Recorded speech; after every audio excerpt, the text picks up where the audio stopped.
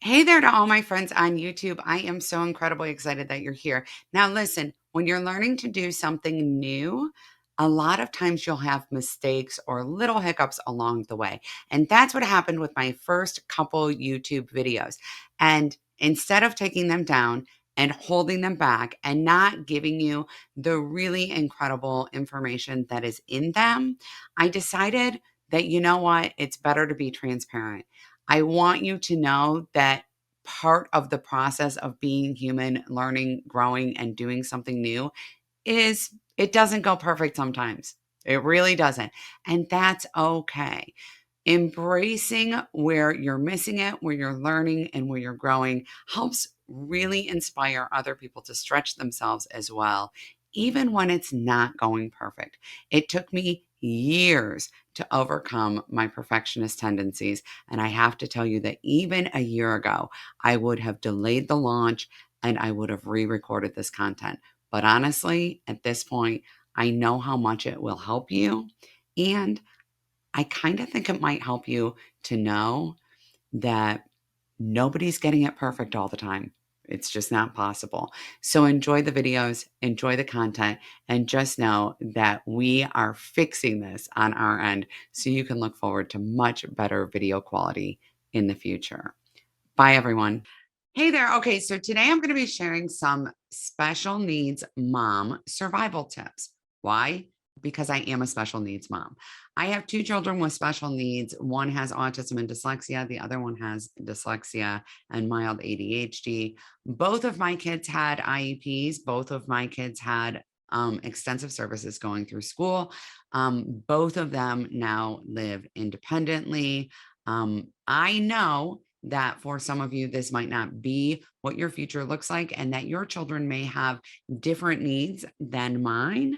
But a lot of these things still apply. And I know that there's a lot of people out there who give all kinds of advice about how to take better care of yourself, how to practice self care, how much you need to fill your cup. And when you're a special needs mom, a lot of those things really just don't work. Partly because what you're navigating is unique and different. And to be completely honest, for anybody watching this who's not a special needs mom, the stakes feel a whole lot higher. Right. They just do. They feel a whole lot higher. There's a lot more pressure. I remember when my child with autism was going through the diagnostic process, and after we had started their first IEP, and I remember getting every single book I could on the subject and feeling like I was way, way behind. And what did they need? And should we do this therapy or that therapy? Should they have been in occupational therapy 3 years before? Why hadn't I gotten them diagnosed sooner?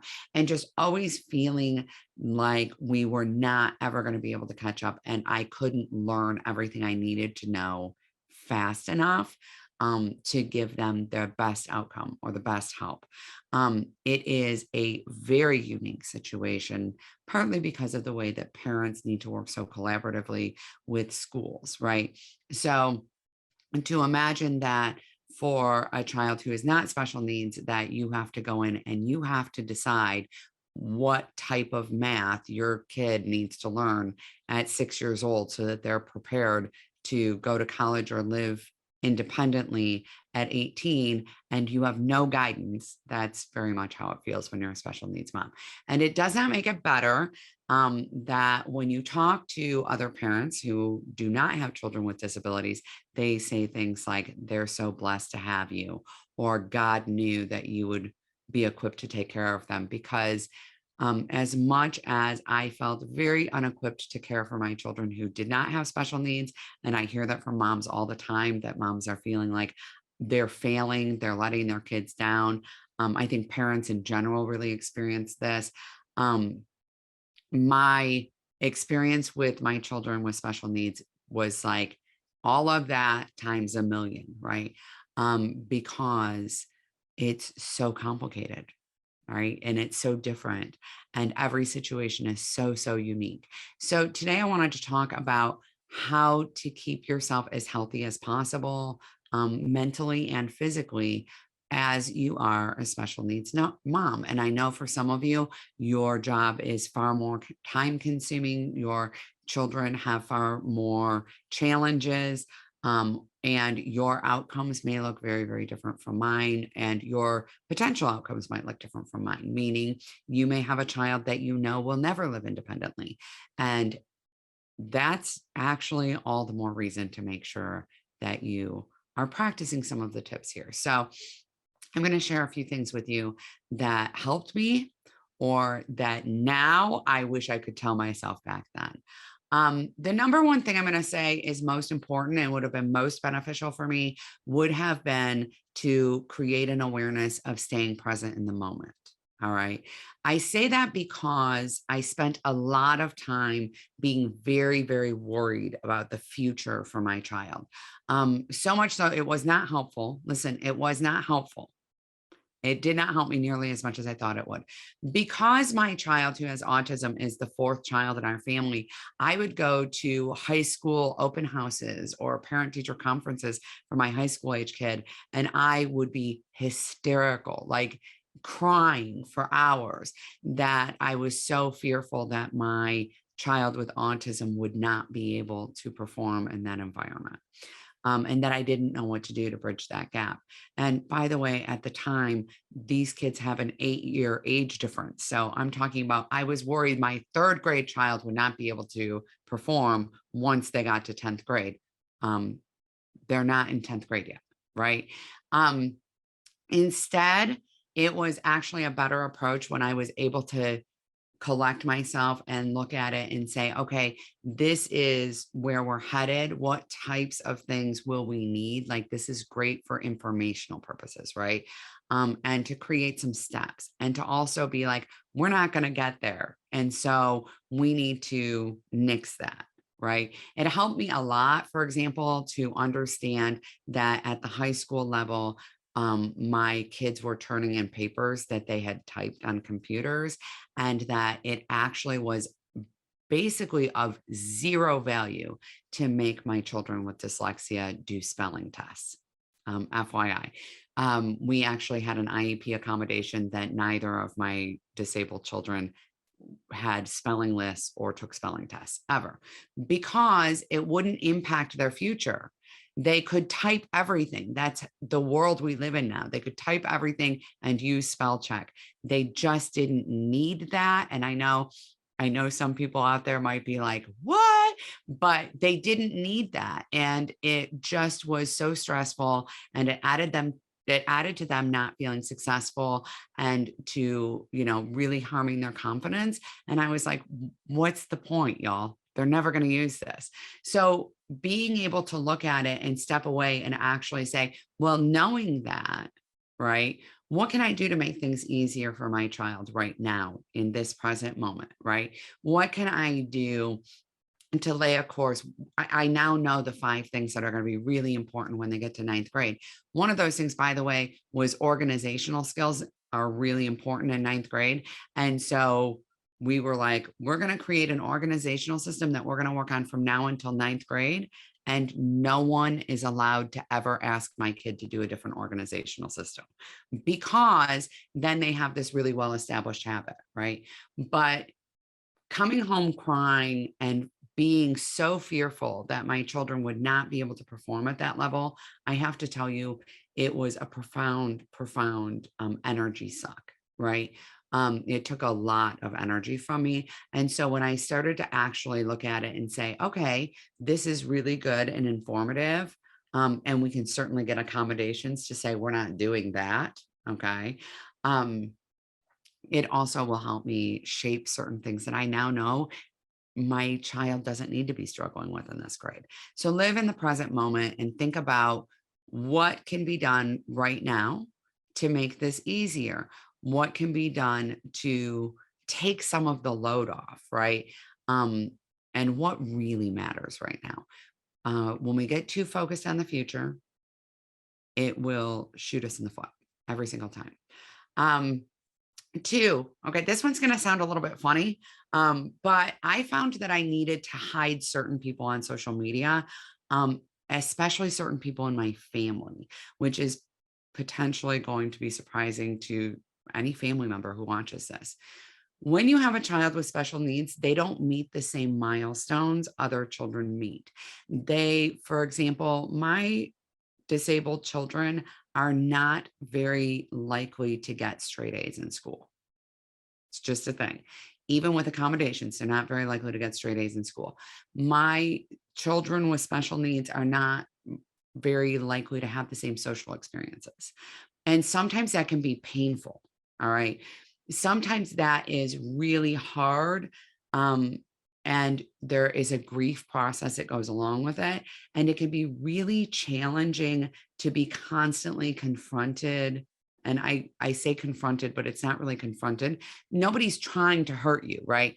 But it can feel really insensitive and it can be really hard when you are in the mire of the struggle, especially when people know that you're in the mire of the struggle and they are consistently posting things that your child can't do. Okay.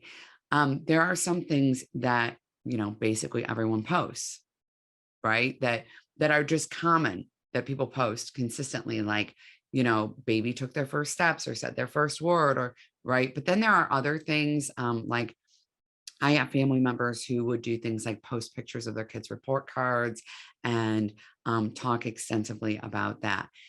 Personally, we did not do that as a piece of information in general. My family never did that, even though our older kids did perform really well in school. We didn't do it because we felt that it was a way of us praising accomplishment and reinforcing the idea that accomplishment equaled value, personal value. We didn't do it because those accomplishments were not ours, and we didn't feel like it was appropriate for us to take the pats on the back that you inevitably get from social media when you post things like that, right? Because as this was so common in my family, I would see this before I hid them, that there would be hundreds of comments about you're such a great mom and that's why your kids perform so well, which by the way is very, very hard also for special needs parents and parents who have children with mental illnesses and parents, right? Parents who have children that struggle are still awesome and amazing and incredible parents. Your children's accomplishments are not your accomplishments. And so that was why we didn't post that. But I did find that I needed to hide some of those people on social media because um, because in part I felt like I was running behind. I felt like my child was struggling. I felt like while it was in no way directed at me, it did feel like a little bit of rubbing my nose in it. And I just struggled a lot with that. And so if that's how you feel, if certain things that you're seeing really contribute to you doubting your ability as a parent, or you worrying excessively about your child's future, or hide them. Okay. Hide them. Even if they're family, hide them. Okay. And in addition to hiding people on social media who do things that you find to be triggering in this kind of way, um, please feel free to reduce your contact or eliminate your contact with people who don't believe in your child's disability or think that offering parenting advice to you, because if you just parented differently, this disability would go away. Um, Feel free to cut them out. Feel free to minimize your contact with them. And please, please minimize their contact with your child. Okay. Yes, I am speaking to all the parents out there who have neurodiverse children, specifically ADHD, but also autism. I actually received the feedback when my child was diagnosed with autism that because I had 5 kids, I was surely neglecting this child's emotional needs. And that's why they had autism. Hmm. Well, that's news. um, so be sure to insulate yourself. I want to be maybe the first person who tells you that whatever your child's disability is, it's not your fault. Okay.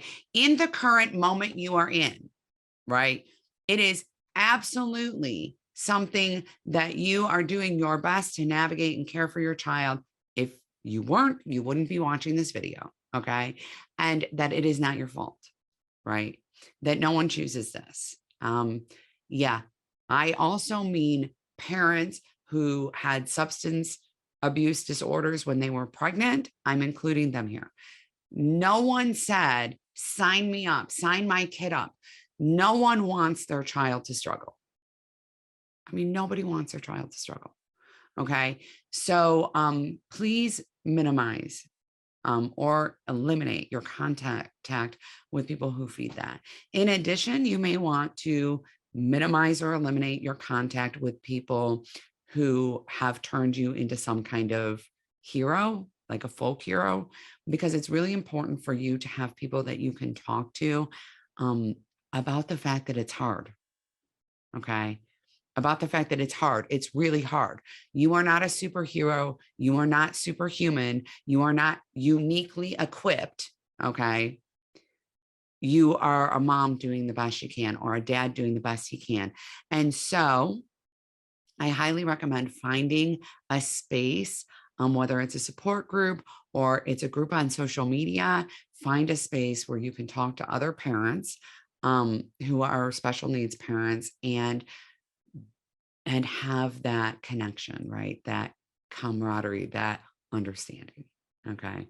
Now, the next thing I'm going to say, do not turn this off because I say it. The next thing I'm going to say, I recognize as really, really hard, like incredibly hard. Okay. And I want you to know that I mean this to the degree that you can practice it. Okay. It's really, really important that you sleep, take care of your health, and get in some self-care. And I know, don't throw your computer because I said it. Um, because people always say this and you're like, what are you talking about? How am I supposed to do that? Right. When I have a special needs child who requires 24-hour care, who doesn't sleep, right? How am I supposed to do that? And so I want to just mention to you that it's really important to earmark some time. And what we tend to do is be productive in the time that we have, right? So it's kind of like that sleep when the baby's sleeping concept. It's important that we're mindful that the most productive thing we can do is take care of ourselves. Okay. And so, what do I mean by that? A lot of times, what special needs parents do is while our kid is in therapy, like in occupational therapy or physical therapy, we run an errand, we pay bills, we clean house, right? While they're sleeping for the 2 hours that they're going to sleep, we do things that need to get done. Okay. So here's what I'm going to suggest. One, read the book, Housework While Drowning, or Taking Care of Your House While Drowning. It's amazing and it'll help you with this. But get paper plates. Okay. Don't worry so much about the piles of laundry and the messy house. Put your bills on auto pay so that they basically take care of themselves, and order your groceries. Okay. We really need to shorten the list as much as we possibly can of things that we need to do so that when we do have windows of time, we can sleep, we can nourish our bodies well, we can get a little exercise in, we can practice a little self-care. Maybe we can read something, by the way, that is not related to our child's disability, right?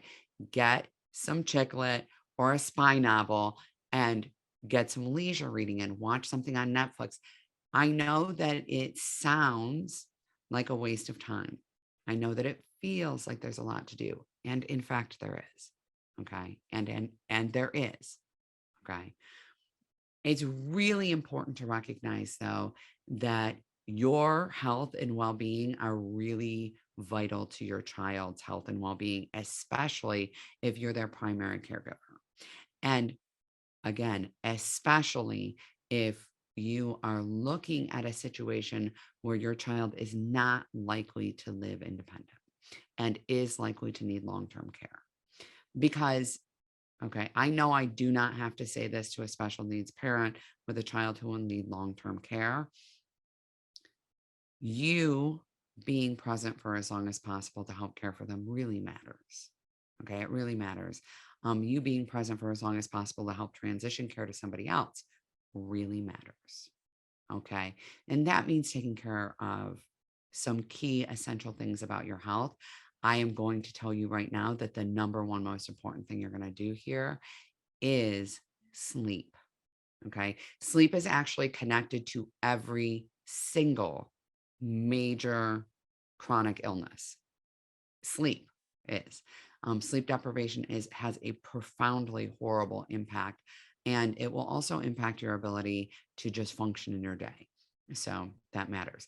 And the last thing I'm going to say is be sure to connect in your other relationships. Be sure to share what you're doing and what's going on for you, and be sure to have conversations that aren't just about your child who has special needs. Take the time to have, even if it's 5 minutes or 10 minutes, to ask your other child how their day went at school, or to ask your husband how his workday went, or to talk about that great spy novel you're reading. Okay. It's important that you're aware that you are a whole person, not just the parent of a child with special needs, and you're still a whole person. And so it's really important that you nurture that, and that you also nurture that in your other relationships, because your other relationships do matter. I understand that being a special needs parent is incredibly stressful and overwhelming. I understand that it never feels like you're doing enough. I understand that it feels terrifying and that the stakes feel so high. I understand the instinct or urge to completely and totally forget yourself because your child needs you. I also know how detrimental it is to deal with burnout in this situation.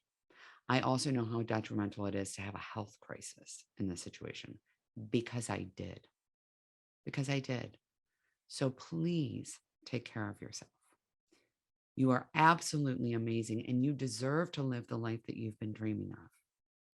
And while I understand that that life may be different than what you expected, or different than what you planned for 20 years ago, or 10 years ago, or however many years ago, that life can still be a beautiful thing.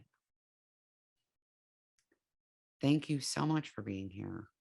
Remember to subscribe, leave a comment below. Let me know if there's something that you're dealing with that potentially I could help you with or give you some advice about. This channel is all about helping you create clarity and chaos, and purpose and apathy, and streamline your life to make everything easier so you can pursue your goals, um, decrease overwhelm and stress, and live the best life for you. I hope to see you soon. Bye, everyone.